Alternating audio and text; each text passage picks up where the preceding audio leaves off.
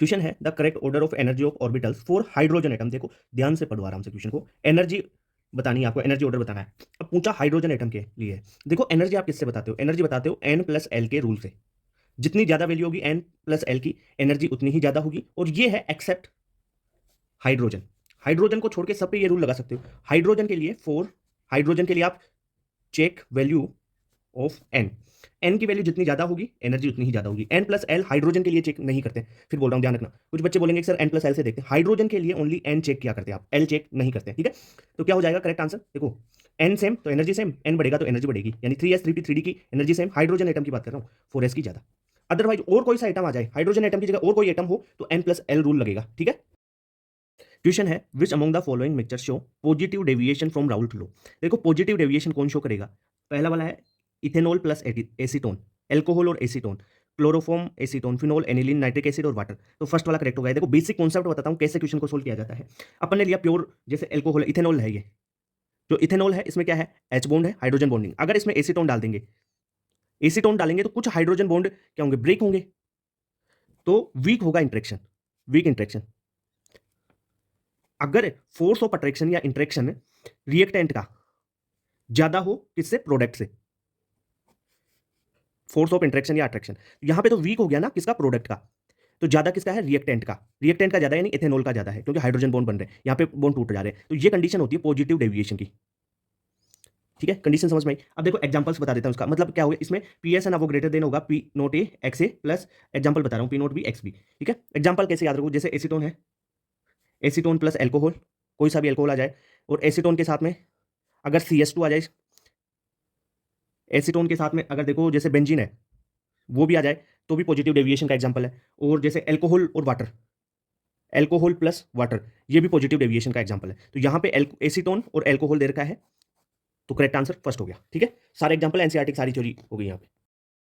Important concept पे question है। Question है most stable product P form in the following reaction. ये reaction दे रखी है, यहाँ पे देखो OH ग्रुप है, एल्कोहल है, इसकी एसिड के H प्लस के साथ में, और टेम्परेचर दे रखा है, तो रिएक्शन करवानी है। तो देखो कैसे रिएक्शन होगी इसको समझते हैं।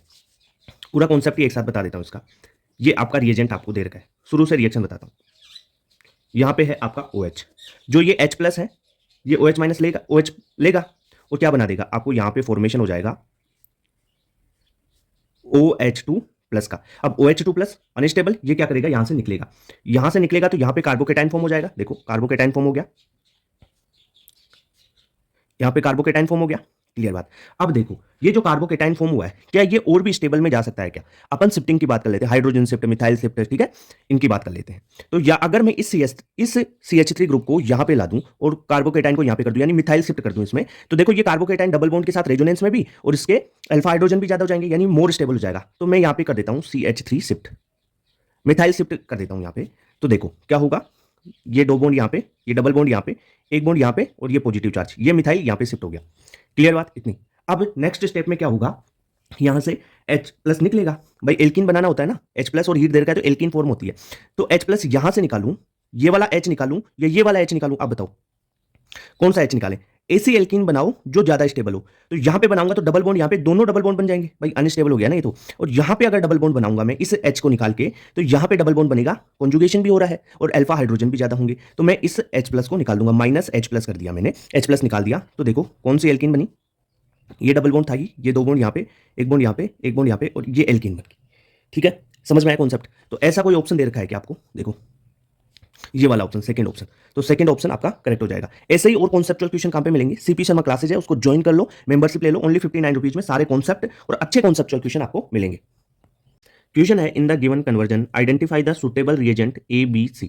ABC रिएजेंट आपको बतानी है। डबल बॉन्ड तोड़ दिया एक तो, और यहां पे आपको डबल बॉन्ड हो, यानी इसको कीटोन बना दिया।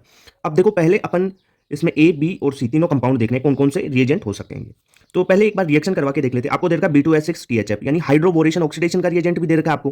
ठीक है, PCCCH2Cl2 यानी ऑक्सीडेशन वाला भी दे रखा है। तो पहले हाइड्रोबोरेशन ऑक्सीडेशन करवा लेते हैं, देखो रिएक्शन कैसे होगी। ये आपका कंपाउंड है यहाँ पे CH3। अगर मैं फर्स्ट ये कंपाउंड लूं हाइड्रोबोरेशन ऑक्सीडेशन वाला B2H6 और THF, ठीक है, पहला तो ये ले लिया। दूसरा मैं इसके साथ में भाई H2O2 लेंगे और OH माइनस बेसिक मीडियम लेंगे। ठीक है, ये कौन सा हो गया? Hydroboration oxidation, HBO। और HBO की रिएक्शन कैसे होती है आपको पता है कि डबल बॉन्ड टूटेगा और वाटर का एडिशन करना होता है, जहां पे हाइड्रोजन ज्यादा वहां पे OH माइनस लगा दो। तो यहाँ पे एक हाइड्रोजन, यहाँ पे तो है ही नहीं ना हाइड्रोजन, यहाँ पे एक हाइड्रोजन है, तो यहाँ पे OH माइनस लग जाएगा डबल बॉन्ड टूट के, तो आपका बनेगा यहाँ पे CH3 और यहाँ पे OH। अब मैं अगर इसमें PCC CH2Cl2 डाल दूं तो ये क्या करेगा, ये ऑक्सीडेशन करता है, जो ये क्या करता है, ऑक्सीडेशन करता है, और यहाँ पे आपको अल्कोहल मिल रहा है OH, तो अल्कोहल को किसमें ऑक्सीडाइज करेगा, कीटोन में। तो आपका कंपाउंड क्या बन जाएगा फाइनल, देखो ऐसा कीटोन बन गया, ये CH3 था। क्या आपको यही मिल रहा है ना। तो पहला रिएजेंट B2H6THF, बी वाला हो जाएगा H2O2OH माइनस, यानी ये हाइड्रोबोरेशन ऑक्सीडेशन वाला हो गया, ये वाला, ठीक है, साथ में ऑक्सीडेशन का PCC प्लस CH2Cl2। क्लियर बात, तो करेक्ट आंसर हो गया थर्ड। रिएक्शन समझ में आई क्या आपको। तो ऐसे ही और क्वेश्चन कहाँ पे मिलेंगे, सीपी शर्मा क्लासेस को ज्वाइन कर लो, ओनली 59 रुपीज का मेंबरशिप का सब्सक्रिप्शन है, वहां पे सारे क्वेश्चन मिल जाएंगे। क्वेश्चन है 1 mole of electron pass through each of the solution of AgNO3 CuSO4 और AuCl3, the mole ratio of AgCu and AU deposit are. अब इनका मोल रेशियो निकालना है। देखो क्वेश्चन कहां से देखना है कि किससे सोल्व होगा। आपको फेराडे का फर्स्ट लॉ याद होगा। फर्स्ट लॉ क्या था, mass deposit at electrode is directly proportional to charge pass through it. ये दे रखा है ना, इलेक्ट्रॉन पासेस थ्रू, तो ऐसा कुछ आ जाए तो फेराडे का फर्स्ट लॉ है। अब फेराडे का फर्स्ट लॉ क्या बोलता है कि जो भी मास पास होगा वो किसके डायरेक्टली प्रोपोर्शनल होगा, चार्ज के, क्यू के। अब चार्ज का मतलब I इंटू टी। अगर इसको उठाते हैं तो प्रोपोर्शनल कांस्टेंट क्या आता है, ये जो मास डिपॉजिट हुआ है is equal to Z Q. Z क्या है, जेड है इलेक्ट्रोकेमिकल इक्विवेलेंट। जेड को क्या लिख सकते हैं अपन, ग्राम एटॉमिक मास बटा एन फैक्टर इनटू फेराडे। तो सिंपल कर लो इसको, या इक्विवेलेंट मास से भी लिख सकते हैं ना, इसको इक्विवेलेंट मास से लिख लो, इक्विवेलेंट मास बटा एन फैक्टर इनटू जो भी चार्ज है आपका वो बटा फेराडे। अब इसको मोल्स में कन्वर्ट कर लो, तो मोल्स में अपन कन्वर्ट कर ले नंबर ऑफ मोल्स डिपॉजिट।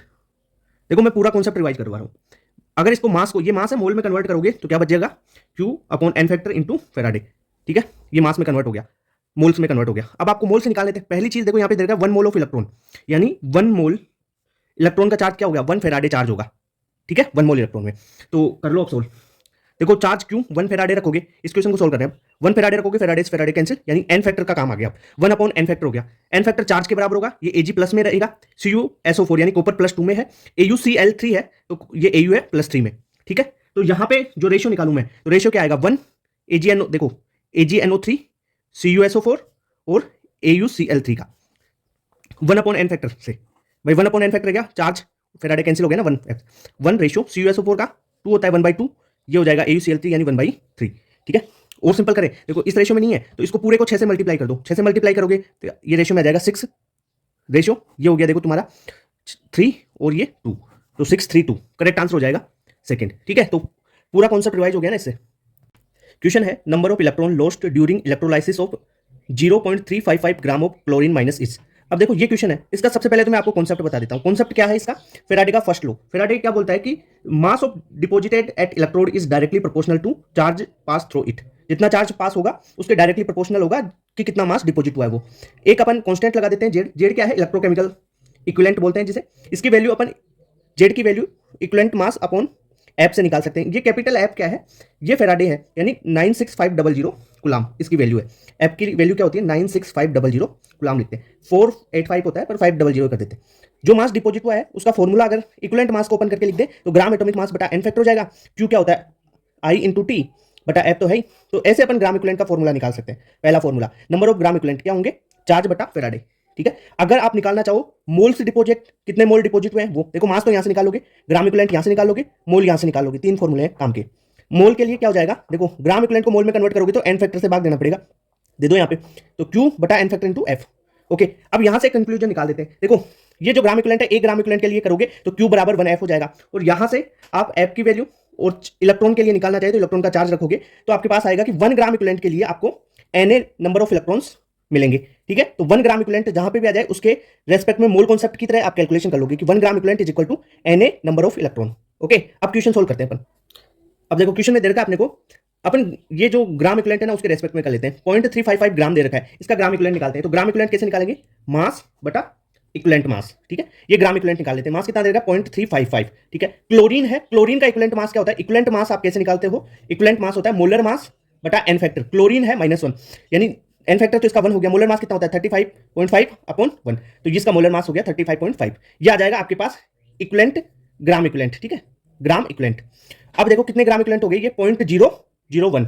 इतनी बात क्लियर। अब मैंने बोला कि 1 के लिए Na होता है, 1 ग्राम इक्विवेलेंट के लिए Na, तो 0.01 के लिए कितना होगा, 0.01 Na इलेक्ट्रॉन। ठीक है भाई, 1 ग्राम इक्विवेलेंट के लिए Na इलेक्ट्रॉन हमेशा हमेशा सही है ये। ठीक है, इस कॉन्सेप्ट से क्वेश्चन किया करो। 1 ग्राम इक्विवेलेंट के लिए Na इलेक्ट्रॉन, तो 0.01 ग्राम इक्विवेलेंट के लिए 0.01 Na इलेक्ट्रॉन्स। तो करेक्ट आंसर हो जाएगा फर्स्ट। क्लियर। क्वेश्चन है specific conductance of 0.01 normal KCl solution is x ohm inverse centimetre inverse. देखो KCl की आपको स्पेसिफिक कंडक्टेंस दे रखी है x, ठीक है, इसकी कंडक्टेंस दे रखी है y, और दे रखा है specific conductance of 0.01 normal NaCl की दे रखा है आपको हैविंग कंडक्टेंस Z इज। तो आपको स्पेसिफिक कंडक्टेंस निकालनी है NaCl की, जिसकी कंडक्टेंस दे रखा है Z। अब ये XYZ के फॉर्मूले में चलना है। देखो कॉन्सेप्ट क्या है, कॉन्सेप्ट बताता हूं। कॉन्सेप्ट क्या होता है कि specific conductance is equal to conductance into cell constant. Cell constant, अब एक सेल है, एक ही सेल के लिए सेल कांस्टेंट तो सेम रहेगा। तो अपन क्या कर सकते हैं कि specific conductance K1 upon K2 is equal to conductance C है C1 अपॉन C2 हो गया। ओके, ये कर देंगे। अब आपको K1 कितना दे रखा है, K1 दे रखा है KCl के लिए बात कर लेते हैं x अपॉन K2 आपको निकालना है किसकी, NaCl की specific conductance. Okay, is equal to C1 upon C2। C1 दे रखा है, देखो कंडक्टेंस दे रखा है पहले वाले के लिए y और दूसरे के लिए NaCl के लिए दे रखा है Z। यहां से K2 निकाल लो, K2 क्या आ जाएगा, K2 को उधर ले जाएंगे तो XZ upon y, second option correct हो गया। ठीक है। Which of the following represent Williamson synthesis, यानी विलियमसन ईथर सिंथेसिस इनमें से कौन सी है और कौन सी नहीं है ये बताना है। देखो इसका कॉन्सेप्ट ही बता देता हूं। विलियमसन ईथर सिंथेसिस जो रिएक्शन है वो SN2 टाइप की रिएक्शन है। रिएक्शन कैसे होती है, आप कोई भी एल्किल हैलाइड लेते हैं जनरली 1 डिग्री, उसकी रिएक्शन एल्कोक्साइड की प्रेजेंस में करवाते हैं, जैसे R-O माइनस Na+, ये एल्कोक्साइड ले लिया। रिएक्शन कौन सी होगी, SN2, ये R-O- है ना, यहां से X निकलेगा और ये किससे पे जुड़ेगा, R पे। ठीक है, तो ROR बन जाएगा तुम्हारा। ये विलियमसन ईथर सिंथेसिस है। अब यहां पे RX कौन कौन सा नहीं ले सकते हैं, उस पर रिएक्शन चलती है। अगर आपको CH2 डबल बॉन्ड CHX मिले, यानी ये X के जो लोन पेयर है ये भाई डबल बॉन्ड के साथ रेजोनेंस में है, तो ये बॉन्ड यहां से टूट के X नहीं निकलेगा, यानी RX अपन ये भी नहीं ले सकते। अगर ये आ गया तो रिएक्शन नहीं होगी। दूसरी बात, अगर जैसे मैं बेंजीन रिंग ले लूं उसके साथ में भी, तो जो X है उसके लोन पेयर रेजोनेंस में होंगे, तो ये भी रिएक्शन नहीं करेगा। और जैसे ब्रेड्स रूल वाला वॉयलेशन वाला कंपाउंड ले लूं, यहां पे X लगा दिया, तो यहां पे देखो ये X निकलेगा, तो इस ब्रिज हेडेड कार्बन पे पॉजिटिव चार्ज बनेगा, sp2 होगा, प्लेनर होगा और रिंग टूटने की कोशिश होगी। तो ये यहां से X नहीं निकलेगा, यानी ये अगर RX हो तो भी रिएक्शन नहीं होगी। अगर आप देखो 3 डिग्री ले लो, जैसे मैं रिएक्शन ही करवा के बता देता हूं, CH3C CH3 यहां पे Cl, ये 3 डिग्री ले लिया, इसकी रिएक्शन CH3O Na+ से करवाएंगे, तो ये 3 डिग्री RX होगा ना, तब रिएक्शन E2 के टाइप में चली जाएगी। E2 के टाइप में क्या होता है, Cl निकलेगा, डबल बॉन्ड फॉर्मेशन हो जाएगा, यानी क्या होगा, CH2 double bond C CH3 समझ में आई चीज। अब यहां पे देख लो, देखो C6H5O Na और उसके साथ में दे रखा है CH3I। ठीक है, ये रिएक्शन कर जाएगा। इसकी रिएक्शन में क्या बनेगा, देखो C6H5O CH3, ये फॉर्म हो जाएगा। यहां पे नेक्स्ट में देखो, ये देखो जो हेलाइड है वो CH3CCl है, यानी 3 डिग्री है, और यहां पे तो डबल बॉन्ड एल्कीन फॉर्म हो जाएगी। यहां पे तो क्या होगी, एल्कीन, जो ये बनाया ना ये एल्कीन फॉर्म हो जाएगी। यहां पे देखो C6H5Cl, इस Cl के जो लोन पेयर है इस बेंजीन रिंग के साथ में रेजोनेंस में, तो ये रिएक्शन नहीं देगा। ये तीनों कंपाउंड रिएक्शन नहीं देते, RCl RX के रूप में हो तो, ठीक है, और ये RO- के रूप में हो ना तब तो दे देते हैं, पर RX के रूप में नहीं देते। यहां पे देखो ये और ये वाला Cl वाला, ये 3 डिग्री है, इस वजह से ये एल्कीन फॉर्म कर लेगा, इसकी वजह से नहीं, इसकी वजह से, तो ये भी नहीं देगा। तो करेक्ट आंसर कौन दे रहा है, फर्स्ट ही दे रहा है। ठीक है, क्वेश्चन है प्योर NCERT की लाइन से बनाया हुआ क्वेश्चन है। विच स्टेटमेंट आर करेक्ट, कौन से स्टेटमेंट करेक्ट है। फर्स्ट है lithium aluminium hydride is strong reducing agent than NaBH4, सही है। जो लिथियम एल्युमिनियम हाइड्राइड है वो स्ट्रॉन्ग रिड्यूसिंग एजेंट है देन NaBH4। सर जो NaBH4 है वो किस किस को रिड्यूस कर सकता है, देखो NaBH4 है ना, वो एल्डिहाइड, कीटोन और एसिड हैलाइड, इनको रिड्यूस कर देगा, और रिड्यूस करके किस में रिड्यूस करेगा, अल्कोहल में। ओके, इतनी बात। जो NaBH4 है ये एस्टर को रिड्यूस नहीं कर पाता है, ये चीज इंपॉर्टेंट है, ध्यान रखना, है ना। इससे रिलेटेड और चीजें बता रहा हूं धीरे धीरे, है ना। Carboxylic acid can not be produce by reduce by NaBH4, सही है, कार्बोक्सिलिक एसिड रिड्यूस नहीं कर सकते। फर्स्ट भी करेक्ट, सेकंड भी करेक्ट। थर्ड है Lucas reagent is hydrous ZnCl2 and concentrate HCl, नहीं, जो ल्यूकास रिएजेंट है उसमें हाइड्रस नहीं होता, एनहाइड्रस होता है, anhydrous ZnCl2 plus concentrate HCl। Clear बात, तो एनहाइड्रस का ध्यान रखना यहां पे, एनहाइड्रस का, तो ये रॉन्ग हो गया।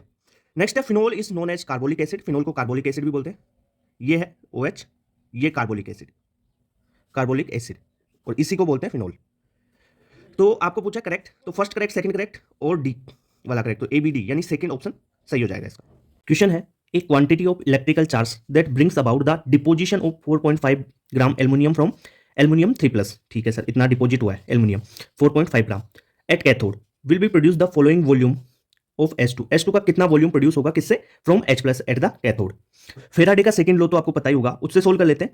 जितना एल्युमिनियम डिपॉजिट हुआ होगा उसके उतने ही ग्राम इक्विवेलेंट H2 के रिलीज हुए होंगे, प्रोड्यूस हुए होंगे। तो अपन यहां पे क्या कर सकते हैं कि ग्राम इक्विवेलेंट ऑफ एल्युमिनियम जितना डिपॉजिट हुआ है वो इक्वल कर दें ग्राम इक्विवेलेंट ऑफ जो भी आपका H प्लस जनरेट हो रहा है, H2 बन रहा है, H प्लस से H2 बन रहा है उसके लिए। अब ग्राम इक्विवेलेंट कैसे फाइंड आउट करते हैं? देखो ग्राम इक्विवेलेंट का फॉर्मूला क्या होता है, ग्राम इक्विवेलेंट आप निकाल सकते हो किससे, मोल इंटू एन फैक्टर, यहां से हो सकता है। दूसरी बात यहां पे सर वॉल्यूम निकालना अपने को, तो वॉल्यूम कैसे निकालोगे? देखो एसटीपी कंडीशन दे रखी है और एसटीपी पे किसी गैस के लिए मोल क्या कैसे निकालते हैं, वॉल्यूम अपॉन 22.4 लीटर, ऐसे निकाल लेते हैं। तो यहां पर अपन निकाल लेते हैं ग्राम इक्विवेलेंट ऑफ एल्युमिनियम, यहाँ पे एल्युमिनियम के और यहाँ पे S2 के दोनों ग्राम इक्विवेलेंट बराबर कर दो। मोल कितना हो जाएगा एल्युमिनियम का, वेट दे रखा है 4.5 gram upon molar mass 27 into N factor 3, aluminium 3 plus है ना 3। अब देखो H2 के एन फैक्टर में बच्चे कैलकुलेशन में मिस्टेक करेंगे। देखो क्या हो रहा है H2 में 2H प्लस 2 इलेक्ट्रॉन मिलके H2 का फॉर्मेशन हो रहा है, तो 2 इलेक्ट्रॉन ले रहा है ना ये, तो एन फैक्टर क्या हो जाएगा 2। तो यहाँ पे देखो वॉल्यूम अपॉन 22.4, ये मोल हो गया इंटू एन फैक्टर कितना हो जाएगा 2। देखो 2 से ये कैंसिल, ये हो जाएगा 11.2, 3 से ये कैंसिल 9, 9 से ये कैंसिल यानी 2 बार। तो ये हो जाएगा आपका वॉल्यूम, अगर निकालना चाहें तो वॉल्यूम आ गया 5.6 लीटर। तो करेक्ट आंसर क्या हो जाएगा, फोर्थ वाला करेक्ट।